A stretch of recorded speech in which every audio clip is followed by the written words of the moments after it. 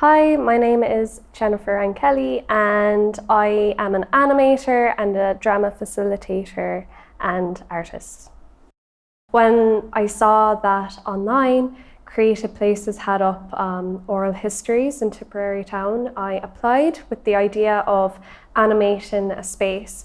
I think it's so important because you would never know walking down the street the memories that are created, even like walking past a shop that could be closed down for many years.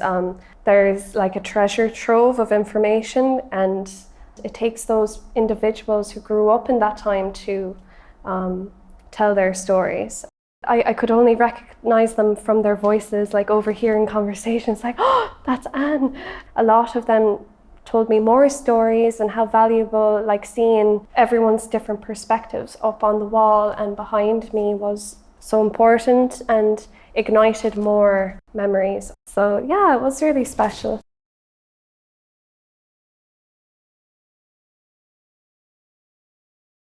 So our trip to Tip, so that's the day out in Tipperary, not the Fail and Thurles, was a big day out for us as children in the late 60s.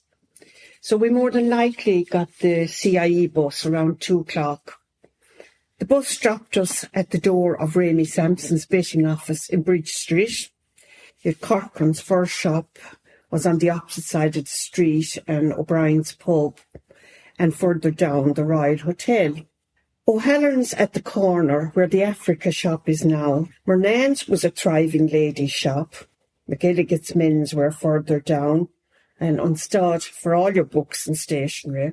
Then you had the smell of fresh bread wafted from Kylie's, Tressy's pub, Ryan's butchers, and the arcade. That was Mrs. O'Dee's ladies' wear.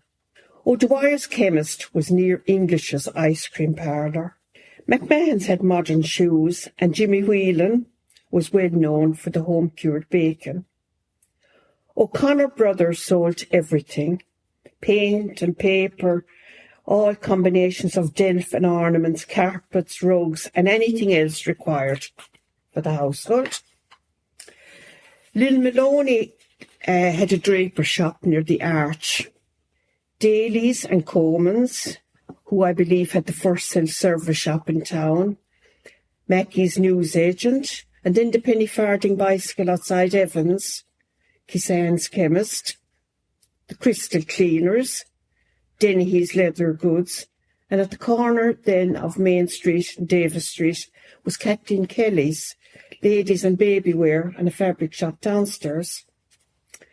So round the corner then, you'd another stationery shop, Falvey's, Fitzgibbon's Butchers, and the ladies' only shop, Miss Maher's. And then on the opposite side of Davis Street was Jimmy O'Shea's, the sweet shop, and Hennessy's Bookies, that's where the Shamrogue is now.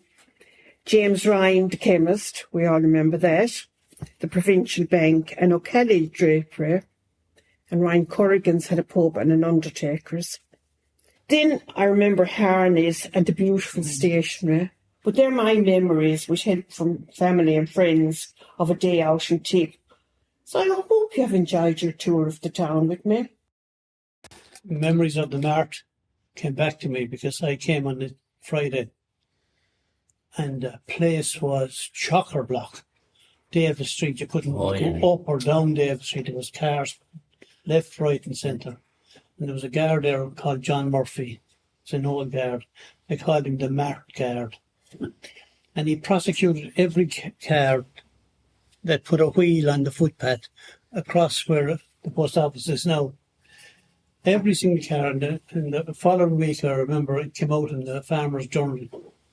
The Garda prosecutes 40 farmers. Well, it was pandemonium over, but needless to say, it never went past our famous judge at the time, Skinner. He threw them all out. Said men have to do their jobs. James, if a beast got away from you now in the town, how would you cope with that? You have to try and cope with it yourself. As I said, You're running after him. Joe O'Neill, man, he fell and he broke away at ourselves a little heifer, and I followed her. She 3 men tried to stop her, and they said, "You fella, look at her off, she'll settle it out the road." So we went searching in, and everything was over. We went over that road to the right there. There's my nan's dad was working in the yard, and he came out. So he said he'd told my father, John, I'll tell you, send word to you. So we came back in, then we had to turn for them. And there was, at the back of the barracks, they're still there, the green patch. The green patch is still there, there she was. So we had a job to hold, we had to try and get her up into the Royal Hotel. Yes. We got her in there to a little box there, they used to have a few cows, a pony and things. But most of my younger days would have been spent down on the main street, where my mother had a wool shop. It was 9 Main Street. Now, just to give you a kind of a picture of where 9 Main Street might be positioned nowadays, and I'm going to kind of compare and contrast, if you like. I'm going to go back to the 1960s with the present day. And we started a shop that everybody would know, which is Wellworth's. Wellworth's was Woolworth's in my youth. And have I reason to believe that you escaped up to Woolworths on occasion? Oh, you heard that little tale. Yeah, I'd say I was probably only maybe 3 or 4, as 3 or 4 year olds are inclined to do. I used to wander up to Wellworths. Now, Wellworths was like a treasure chest of all kinds of everything, from sweets to toys, particularly the toys, and everything was kind of accessible, which was unusual because all shops at that time had a counter and everything was behind the counter. But Wellworths, you could trot in like and see everything at eye level almost. And I had been known, I can't remember this, but my mother used to enjoy telling the story, that I would help myself to various toys. And I'd arrive back down to the shop with this glorious lorry or whatever it might be. And of course, I'd be promptly marched back up again with said toy to return it to the manager at the time, and for a long time was Miss McKay, who I always considered to be a very formidable lady anyway. But yes, all toys were returned. Forthwith and immediately. Exactly. In the 60s was a great time with all the dance halls. That was a great memory. Going to Drumkeen, and the Top Ballroom was still going. And all those show bands, and for walking up and down the street would be thronged back in those days, and a great buzz. There was pubs everywhere. And Gort Drum Mines, of course, in the early 60s contributed a lot to this. Did they give good employment, Anne? They Was there did. a good lot of They people did, working there? yeah. And then they worked hard, so they came in and they kept the pubs going. And that was the start of the 60s, was the start of the singing pubs. Good there. Poor Nellie and Mary Jo and Nellie O'Brien's, I'm sure she'd be very happy to see her name continued on. I have a photo of the singing pub. She run the singing pubs and she was delighted with that. The miners used to keep her going. Mrs. Murray would be above and looking out the door, and Nellie would have the music playing. What is she down there tonight?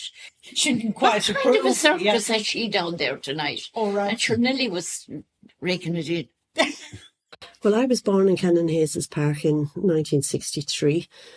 My family moved up there, I'd say, around 1960 when they got the house. They lived before that on Davis Street up over the Fitzpatrick printers. There were 7 of them. My mother had 7 up there. And then they got the house, and they moved up. And there was 3, the last 3 were born in Cannon Hayes Park. So it was a beautiful place to grow up in. Plenty of children, because every house had big families. You know, there was 10 of us. There was 10 all the way down along to, we'll say, down to Breslins, all big families. So they used to say then that the green never had as much grass as it has now because there's so many children now playing on it. You know, the boys used to run, in the summertime, the boys used to run soccer blitz between, even my brothers included, Bun, as John, my brother, but the boys know him as Bun. He was called Bun Brown. He used to run the soccer, and between, you know, the other end of the town or Lacey's Villa, you know, they'd all have their little teams. The girls then used to play tennis, and we used to play marbles, French skipping, and if we hadn't somebody a second person, we'd put the elastic around the lamppost, play there. Then my father worked in the liner factory, so he used to bring us home rope, a big long rope, and we'd play on the streets till all hours sleeping. We used to go up to the hills at times, but more often than not, we weren't allowed up there, but we used to sneak home that way from school. We used to play in the Plan. Then a lot of my friends, they were either in Davitt Street or O'Connell's Road, so we used to play there. And then we had the little place at the side, there beside Lund against the Blossom Field. We used to play in there. And we had a great area at the back of the houses because we had Coleman's Field. And there was a little pond there, and we used to go up catching brickeens or catching bees with you'd put the little daisies or the dandelions in with your jar and go down and collect whatever bees you could collect. And then across over in Maloney's, I think it's Maloney's Field. You go up the Emily Road and go over the wall and down with a Tarzan swing. Every child in Cannon Hills Park will know about Tarzan swing. Do you know, they used to go over there. It was on a big tree and a rope with the tire, and they played many's the time they played over there. You know, so there were great times. The characters that used to come to the avenue that we adored was our milkman, PJ O'Halloran and Jimmy Black, huge part of it. And you'd get the milk fresh every day. There was no pasteurised milk in that time, and the cream was so thick, we used to love it. And there was no measurements, I can tell you. Then Paddy Devricks was our postman. Paddy was a huge part of our lives growing up. And when my sister emigrated to America in 1960, he came up the avenue and he was shouting and he said, God, Kathleen Cronin's only in America 2 weeks and she's sending dollars home. And Paddy then, he used to get a little bit of cross sickness of a Monday morning. So he'd say to my father would say, go in there to Nard. My mother, Noreen, my father used to call her Nard, and she'll give you a bottle of Dana for the cross sickness. And we'd end up delivering the post for Paddy around the avenue. How times have changed. And then I presume our listeners will know what cross sickness is. I hope they do. Explain, Neela. Well, I suppose somebody had too much drink the night before, and Paddy used to have a little bit of that. We adored Paddy Devricks, and it was a huge part of our lives. And we'd end up delivering the post for Paddy. And then we had our paperman, who was Dinny Mulcahy. He was the twin Mulcahy, we used to call him, because there were twins there, obviously. And Dinny delivered the paper every single morning at Cockerell. He was a lovely, lovely man. And then our breadman was Vinnie Bohan, who delivered the bread daily. And my favourite thing was the grinders, of course, and we'd be all fighting over the crusty on the grinder. And then our fishman was Georgie Price. He used to come. And then we had the ragman. The ragman was a very important man. He'd come and we'd go looking for old clothes and things. And then he'd come up with his little van and you'd get a little gift. It could be a copybook, or it could be pencils or crayons or some little thing that would make a noise. And we used to love the ragman coming.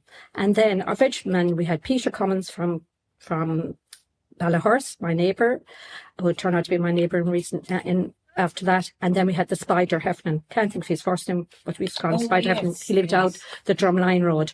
So they were there all through our lives growing up. One of my fondest memories of my childhood is there was an elderly lady living down the road from us, Mrs. Hogan, and they were farmers, and her son would be in the meadow. Now, he was the most handsome man you ever clapped eyes on. And Phyllis, when she was about 5 years old, I stuck my head through the neighbour's iron gate, and they couldn't get the head back.